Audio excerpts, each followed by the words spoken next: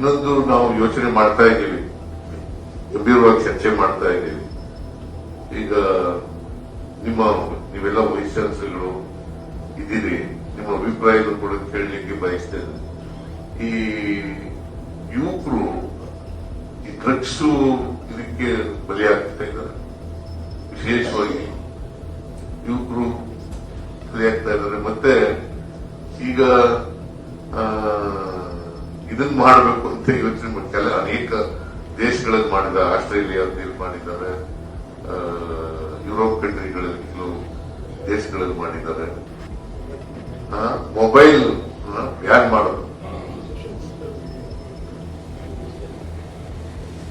ವಿದ್ಯಾರ್ಥಿಗಳಲ್ಲಿ ಮೊಬೈಲ್ ಎಲ್ಲ ಬ್ಯಾನ್ ಮಾಡೋದು. ನಿಮ್ಮ ಅಭಿಪ್ರಾಯ ಏನು ಅಂತದನ್ನ ಹೇಳಿದ್ರೆ,